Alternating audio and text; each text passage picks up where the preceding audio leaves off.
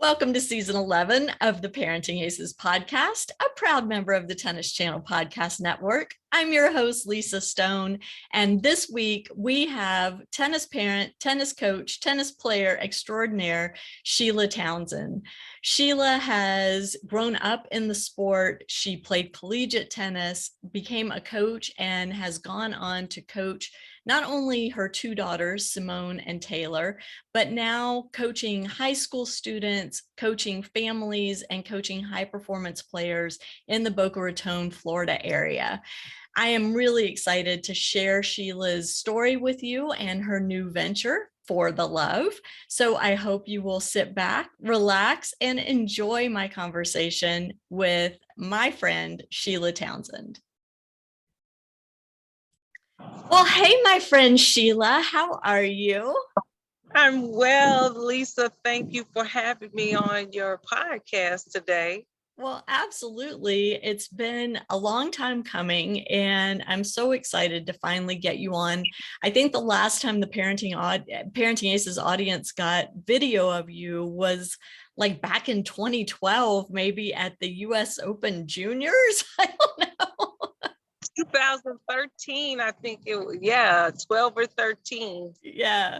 That's so crazy, but it's great to see you. And I'm so excited to give you a platform to talk about your latest tennis ventures. But before we jump into that, because it's your first time on the podcast, I would love for you to tell us how you got started in the game of tennis.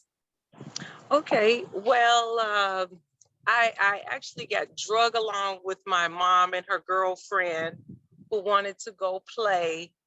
But I'll say they were playing at it. They weren't really playing. They were to.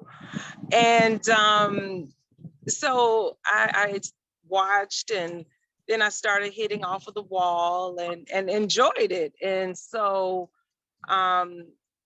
would ask my mom if I could go to the parks, to the city parks in Chicago and play. And during that time, we really had a very rich African-American tennis community.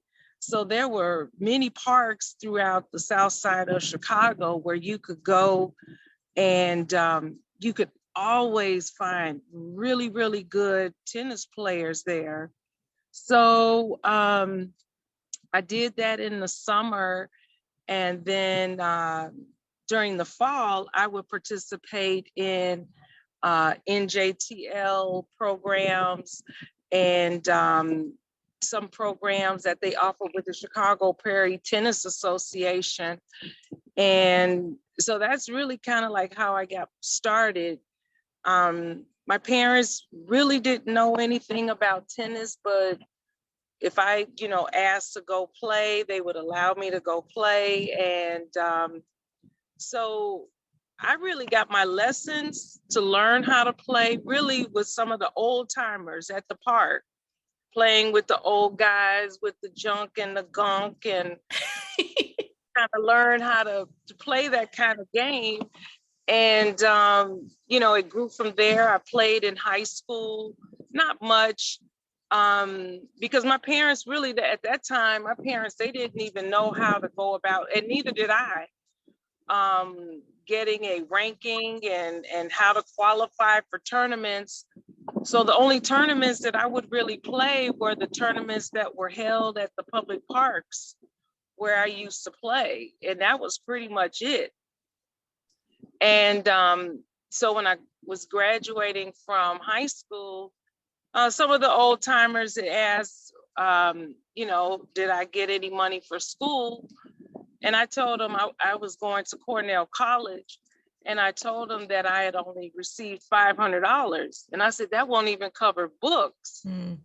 And so they told me there's a university, a HBCU, Lincoln University in Missouri, that's offering full scholarships. Would you like to go and check it out? And I said, sure. I had never heard of Lincoln University before. But my mom and we got in the car, drove down, met with the coach. I hit with some of the players who were still there during the summer, and she offered me a scholarship on the spot. Wow. So you must have been pretty good learning how to play at that local park. Oh yeah, I mean, those old timers, let me tell you, they would, you learn how to play a different style of game, For sure. and I was on scholarship for all 4 years while I was in college, and our team was, we didn't have a males team, it was just a females team, and our team was made up of all African American, well, I shouldn't say African Americans, all Blacks, because we had players from Jamaica, the state of Washington, Texas, me from Illinois. We had some from Nevada and from Missouri. So we were from everywhere. We were the only Blacks in our entire conference too. Wow. We won our conference 2 years out of my 4. So that was, a really big deal. And once I went through that and understood about, tournaments, and at that point, how to get rankings. And so, I said, there was no way I was going to pay for my kids to go to, post-secondary school when they can use this as an additional vehicle for education. So that was always my focus, was always using tennis as an instrument to fund their education. So it was never for you, once you had kids, and you have very talented kids, I might add, it was never for you a matter of them making a living playing tennis, but more having the ability to fund their college education. That was my sole focus, was, I just knew that if I can go to school, never having any kind of private lessons or anything like that, not really playing tournaments, I was like, it's no way in the world I'm gonna pay for school. My oldest daughter, Simone, went to a Division I university, and she was able to maintain her tennis scholarship all 4 years. So she finished undergrad with no student loan. That's incredible in today's time. That's huge. It's a huge gift to give your children. That is amazing. And so education was always my focus. I mean, so I never had pro as being my ultimate goal. My ultimate goal was, you be able to get into the best university with your academics and your talent and your ability. And if you can get the top, then that means you have everything else underneath. And you pick them, don't let them pick you. You pick where you want to go. Mm-hmm. So that was always my drive. I love that. And at what point, I mean, so Simone went on to have, like you said, a great collegiate career, has moved into other arenas now in her post-college life. But Taylor had, at some point, the dream of becoming a professional player. When did that change, and how, or did that change how you approach the sport with her? Well, as far as her wanting to be pro, I mean, at that time, USTA, they were trying to recruit her when she still was in elementary school or middle school. And I just said, no, I was not going to do that. Because again, the pro thing was never in my focus. Mm-hmm. So I think that, when they were coming up, but my thing was, we aren't going to venture off into national tournaments or anything. I mean, you have to win everything in your own backyard first before we venture out, mm-hmm. Because the expense that goes along with once the kids are reaching certain levels, I mean, just the expense of the training and travel and equipment and things like that. And, you know, and at that time being a single mom and not having, you know, a lot of resources, I had to be very strategic with what we did. So once, you know, they started winning things at that time, we were living in Georgia. Once they started pretty much winning everything in Georgia and then winning in the southern section, then I said, okay, now we can venture out. But for Taylor, I think that once she started winning a lot of big tournaments, a lot of big national tournaments, you know, I think then the change kind of started to shift with her mindset. You know, I think that she wanted to at that point, I think she wanted to see how far she can go. And, you know, and I was in full support of that.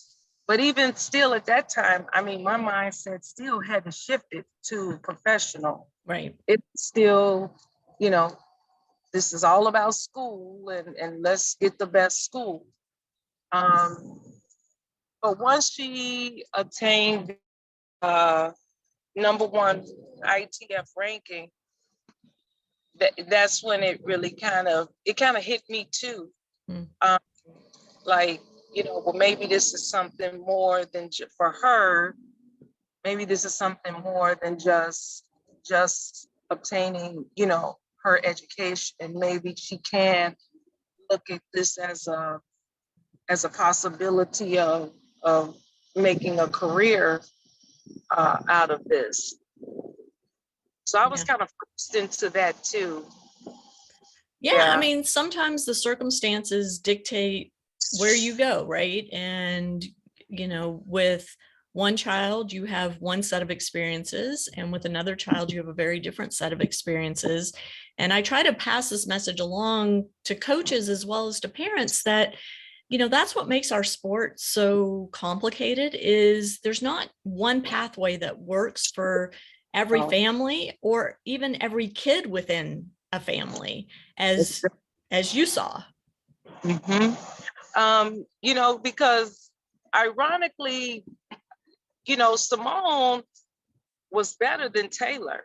You know, it wasn't until she had she had a real freaky accident where her foot caught the bottom of a tennis net and she slipped and she tore her ACL. And I mean, it was a very ugly injury.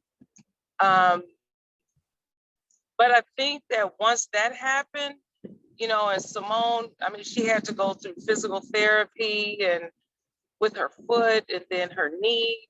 You know, I just don't think that, you know, she realized that she didn't want to put in that kind of effort to get back to that level where she was before. You know, she was still at a level where she could compete on a collegiate, but as far as that next tier, you know, I mean, without saying it, you know, she just didn't want to put in that kind of commitment, time commitment and work commitment for that, and which was fine. I mean, she got a great education and, you know, which is what I wanted, for her to be able to have a good education to prepare herself for her next phase of life. Right, right. Can I ask you how or if your role as parent to each of your daughters changed based on what their goals were for their tennis? You know, and that's one of those things where it's almost, you almost can't even really explain it, because with Simone, we knew that, after the injury that was pretty much going to be her path. But with Taylor, there's so many nuances that go along with it and things that happen without you even knowing that they are happening, that I think that sometimes that you miss a lot of things because you're just going along trying to make sure that you're giving them what you deem is the best opportunity for them and putting them in the best situation. So it's almost, you're learning as you go Sure. along.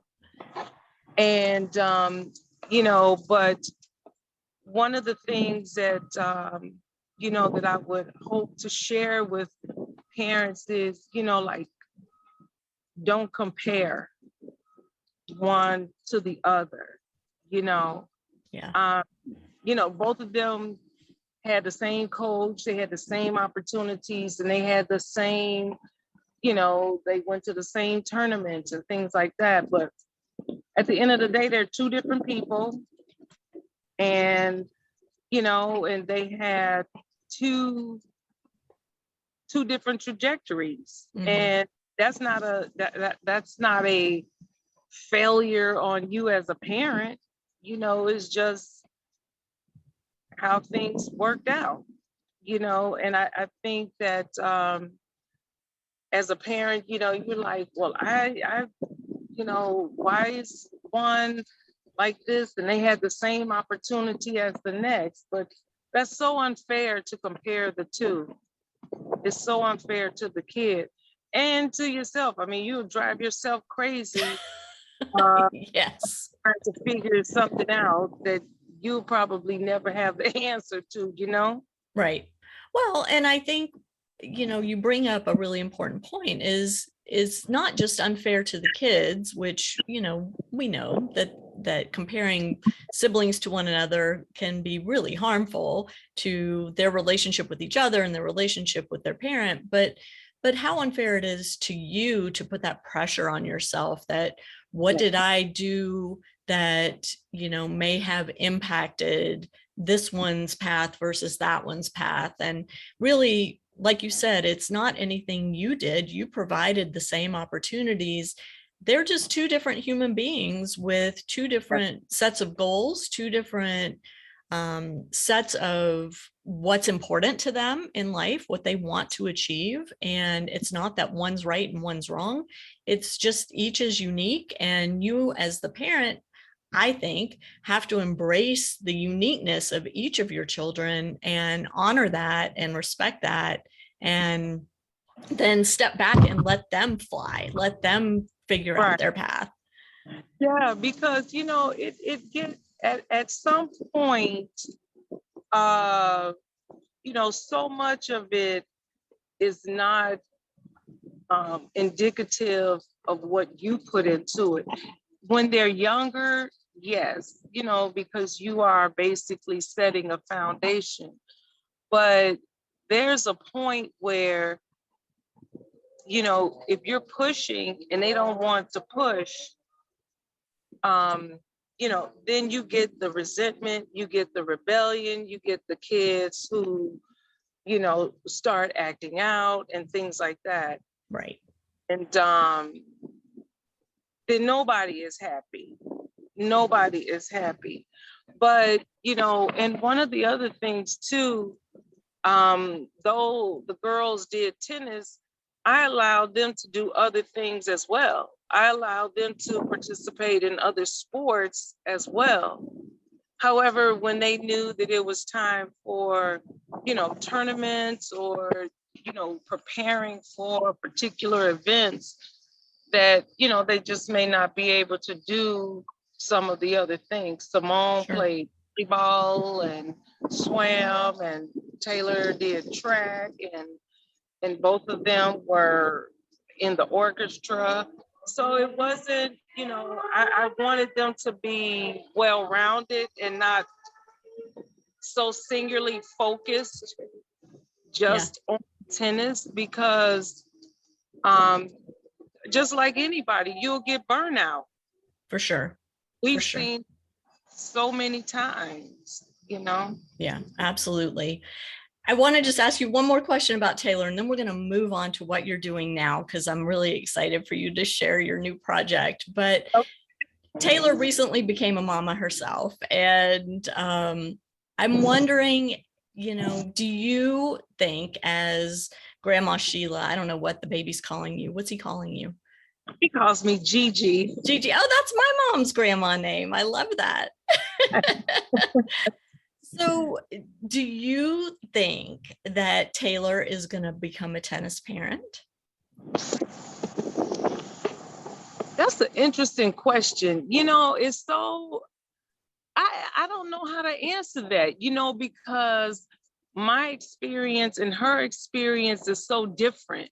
Here I'm coming from somebody or from a situation where I didn't have a lot of,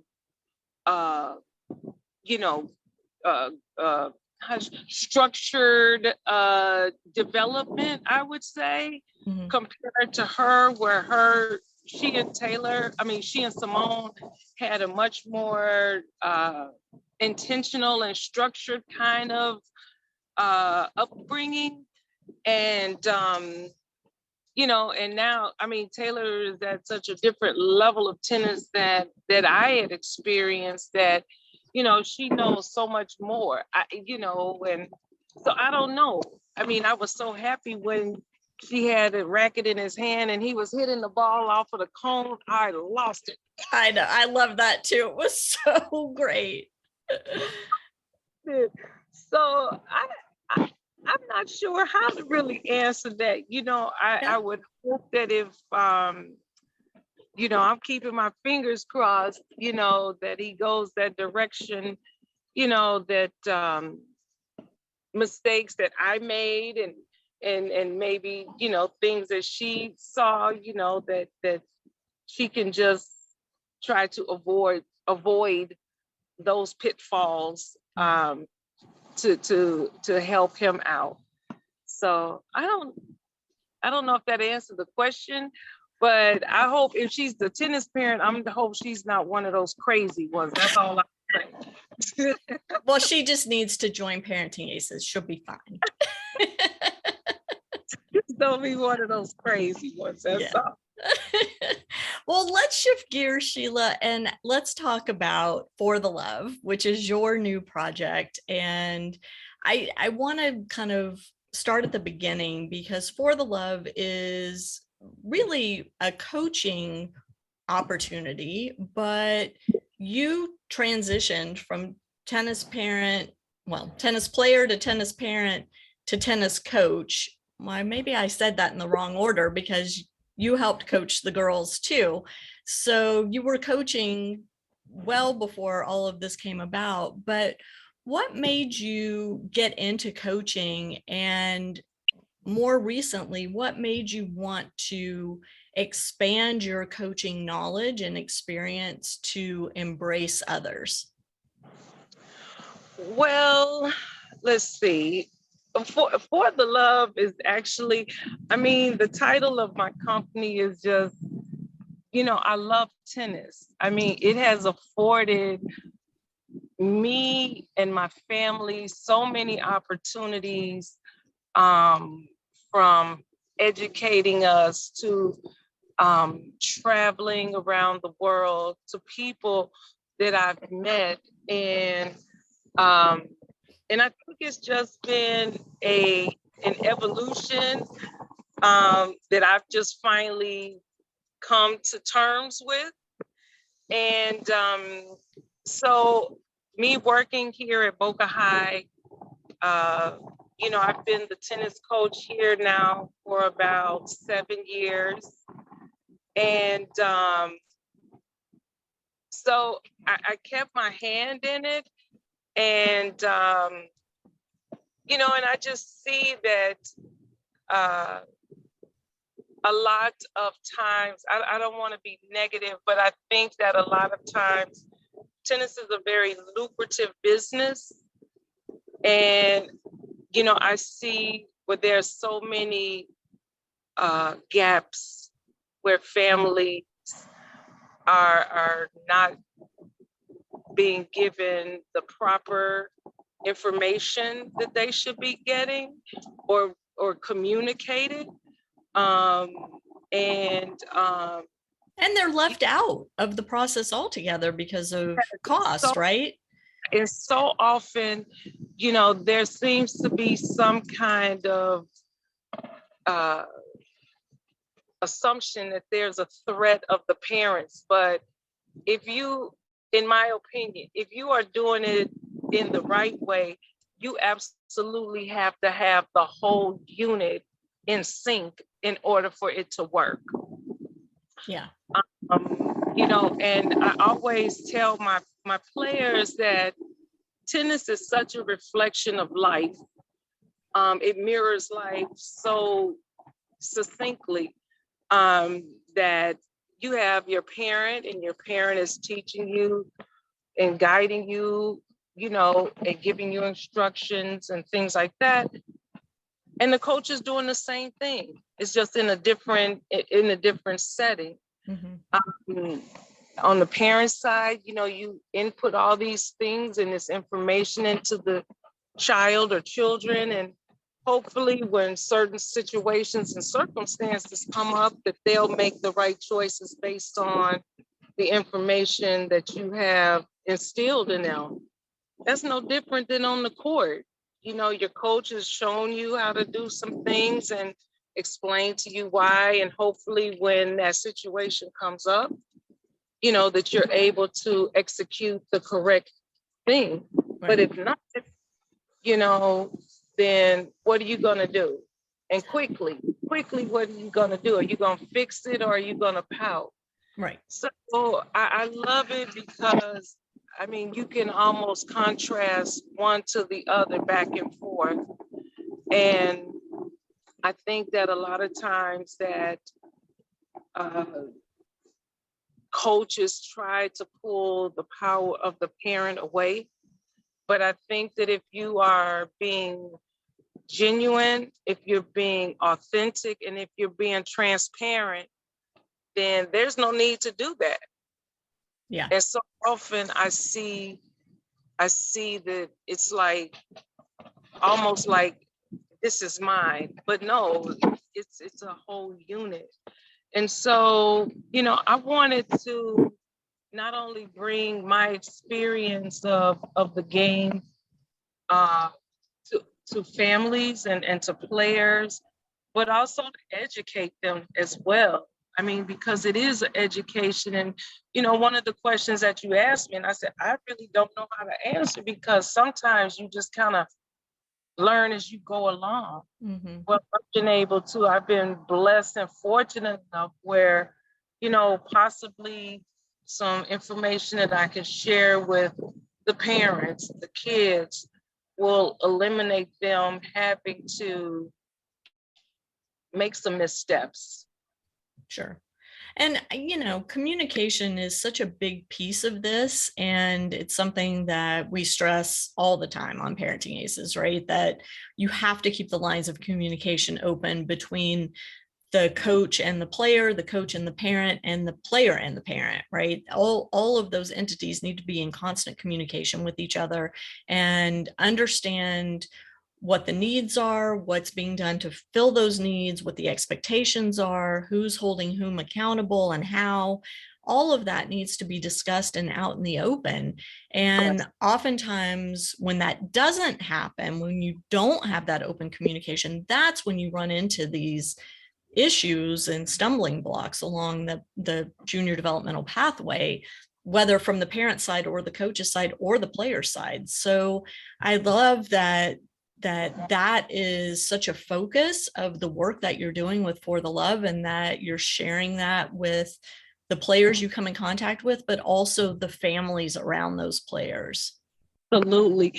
And so with my organization, because I'm just not for coaching. I mean, we encompass an educational component. We have, I have somebody who is for fitness and conditioning, and not just a cookie cutter a kind of training. I have someone who is for the mental wellness and mental health. And I also have someone for counseling and for, I don't want to say this to scare people off, but the spirituality part of it too. Mm-hmm. The holistic. So I'm really trying to address the whole player and just not focusing on one aspect of the player / individual, because you can be incredibly amazing in one and off the skids in three of others, and eventually everything comes to head. And but if you can address those things continuously and ongoing, I think that it will eliminate a lot of issues that some of these players, even now, that we see are going through, who are incredible athletes, but then in other areas of their life, there are some serious voids. Not to, it's no judgment, but it's like you can't focus on just the right side and not work on the left side.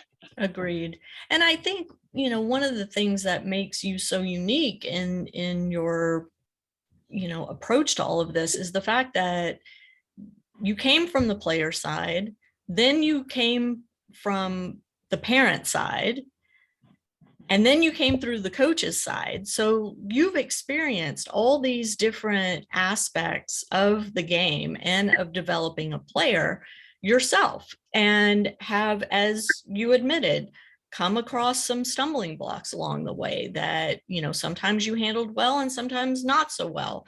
And so you can use all of that experience as you work with these players and the families to really take that holistic approach and help them not just become really good tennis players, but become really good human beings, which is the goal, right? Become good citizens, because ultimately, first and foremost, is you want to have good people. Yeah. Good people. And again, you can be an incredible athlete, but if you are a person of no ethics, no integrity, no morals, dishonest, it kind of erases the fact of what talent that you have. Yeah. Again, that's why I talk about the whole person, because the whole person is important. You don't live in a vacuum of just being in a silo of a tennis player. Right. What do you do after you get off of the court? Do you just evaporate? Right. So that's very important to me. Yeah. That's important to me, those characteristics. And I guess that's part of that spirituality portion of it, about character, about integrity, about ethics, about, care for your fellow man, and things like that. So those are things that are important to me and to all of the people that I have been so fortunate enough to have a part of my team. Yeah, I want to dig into who else is on your team in a minute, but I have to ask you a question. I posted something on our Facebook group over the weekend about that the goal of a sports parent should be, at the end of the day, to have a good relationship with your child. And somebody commented on that post and said, who came up with this goal? Really, that's the goal? And I'm curious your opinion about that. What do you think should be the goal of a sports parent, and specifically a tennis parent?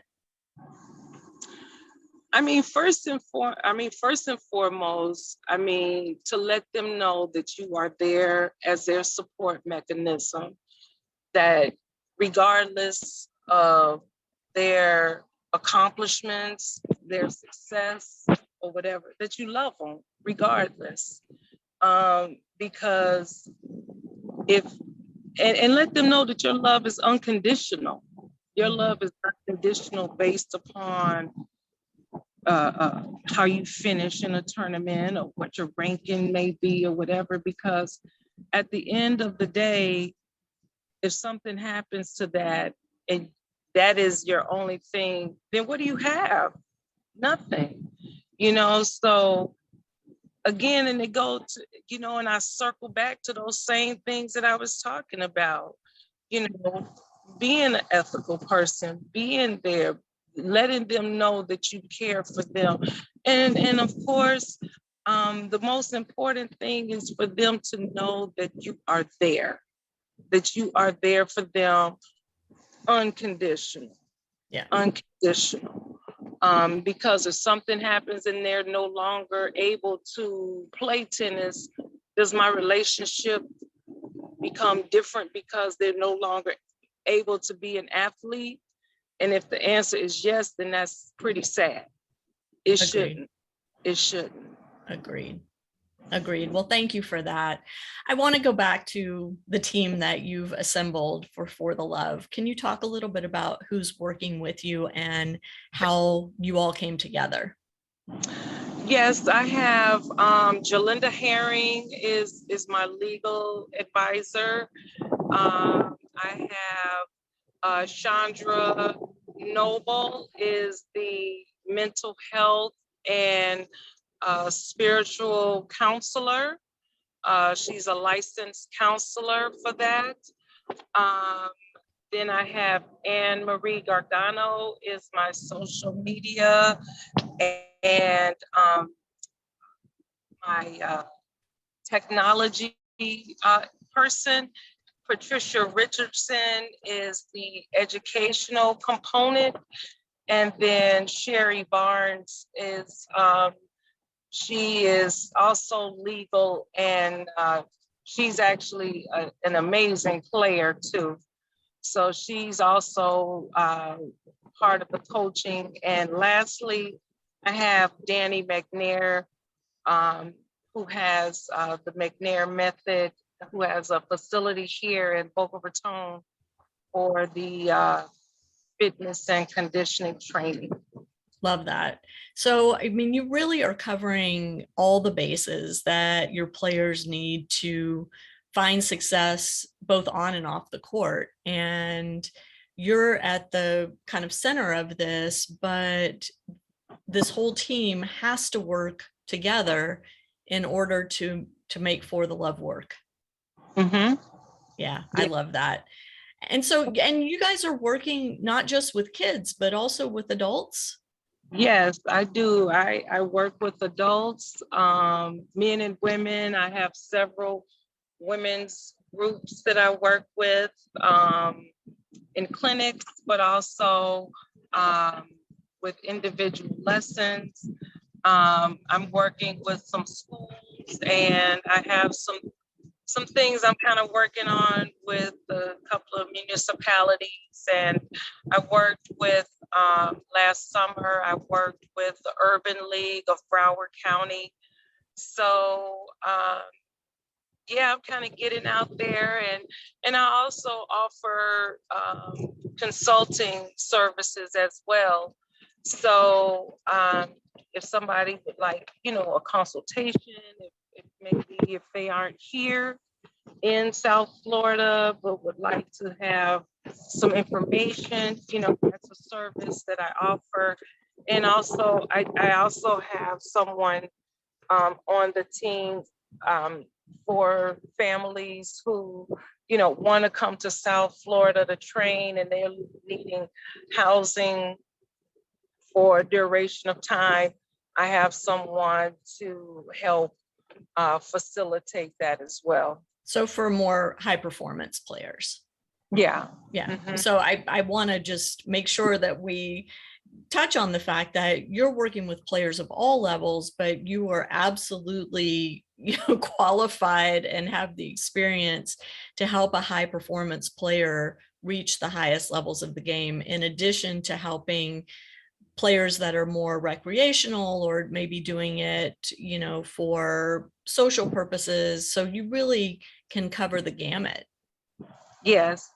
And, one of the things, if I could say, one of the things that I am really proud of that I did this past year was, people would think South Florida, everybody plays tennis, but that's not so. So here at the school, during the off season, I had a day that I would open up for tennis lessons for, students who had never played, who were interested in playing. And it was such a good, introduction for them to experience, the game. And, people who may not have ever or would have ever considered trying it, they did. And, one of the things that I told them why tennis is so amazing is because I said, you could go to a park or a facility, you could see somebody on the court, 40, 50, 60, 70, 80 years old. Yep. On the court playing, which means that tennis is a lifelong sport, and one of the things that I wanted to do was the exposure to show them that, there are, being in South Florida is like football and basketball is king, but to show them that there are so many other, avenues that you can add to, help with the expense of your post-secondary school. Yep. And also, that this is something that, when you're 40, 50, 60, 70, 80, I don't see any of those people running down a football field, okay? Because those knees won't allow it. That is true. That is true. Well, I'm going to use this to put a challenge out there, Shelia, because I think the fact that you offered this open instruction day to the school and that you are the high school tennis coach there, this needs to be a challenge for every high school tennis coach out there, that after the season is over or before the season starts, or heck, smack dab in the middle of the season, hold an open instruction day for all the faculty and students and staff at your school and show them how great this sport is. If every high school tennis coach across the country did this just once a year, imagine how much we would grow the game, how many new players we would introduce to this fantastic game that you and I love so much and that we know is so beneficial in so many ways. So I'm throwing that challenge out there to every high school tennis coach in the US. Follow Sheila's lead. If you need to have some how-tos or some guidance on how to do it, we're going to have Sheila's contact info in the show notes. So you reach out to her and she'll tell you exactly how she did it and what you need to do to get something similar going at your school. Yes, I like that. We're about nothing if not growing the game, right? We got to keep introducing new players. We can't sit back and just hope that people are going to find us, because as you and I both well know, being a tennis fan requires commitment. It's tough to follow this game. And, we have to provide opportunities for people to find us and to get exposed to playing this beautiful sport. So I love that you're doing that. I love that you're continuing to coach at the high school level. And oh my gosh, I would be so remiss if I didn't mention the fact that you had a big award this year, right? Or a big honor this year with your high school coaching? It was last year. So last year was the first time in the history of Boca High that their boys, my boys, advanced to the state championships. So, and it was a very young team.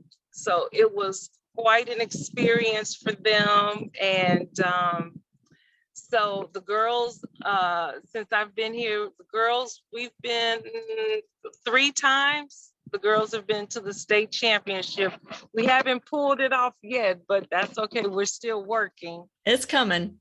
It's coming. And so that was last year. But this year I was elected to the Florida High School Association Tennis Advisory Committee. And I really am grateful for that because I get to, get the feedback from coaches from this region and take it back to the meetings to see if we can implement some of their concerns and address their issues and make them aware of what some of the concerns are in the high school coaching community. Yeah, I love that. I mean, you are the perfect person to have that platform because I know you well enough to know that you are not shy about speaking up when you see things that aren't working well and when you see things that are working well. And so kudos to the education folks for adding you to that committee and giving you that platform to continue to make positive changes in Boca and beyond, because high school coaches around the country look to successful programs and look to emulate what they're doing. And so the fact that you've got a successful program at Boca High just means that, coaches from around the US can look at what you're able to achieve there and take some of that back to their own programs. And I love that. Thank you. So Shelia, if people want to find out more about For the Love, what's the best way for them to do that? They can find me on Instagram at For the Love Tennis. I'm also on Facebook and I have a website, so I can send that information to you. And if you want to post it, then you can post that. But please, if you have any questions or would like to talk to me, I am available. And all of my contact information will be on that I send to you. Perfect. Okay. Yeah. And we'll post that in the show notes on ParentingAces.com. So any of you who are interested in learning more about Shelia's work, and whether it's as a high school coach, whether it's as a tennis parent, whether it's as a coach to juniors or families or adults, all that contact info will be in the show notes on ParentingAces.com. Shelia, thank you so much for coming on. It's always so much fun to see your smile and to get to talk with you. You bring this joy and this positive energy to everything you do. And I'm so excited to get to share that with our community and just wish you continued success in everything. Well, thank you. You look at how tennis has had us connected for now almost 10 years. Yeah. And probably longer, because when they were juniors, Yeah. So, this is, again, one of the benefits of it. The connections that you make, the friendships that you make. And, I just hope that some of my experiences I'll be able to share with people so that they can have the best tennis experience possible. Love it. Well, thank you. Thank you. To my audience, thank you so much for tuning in. We will catch you next time on Parenting Aces.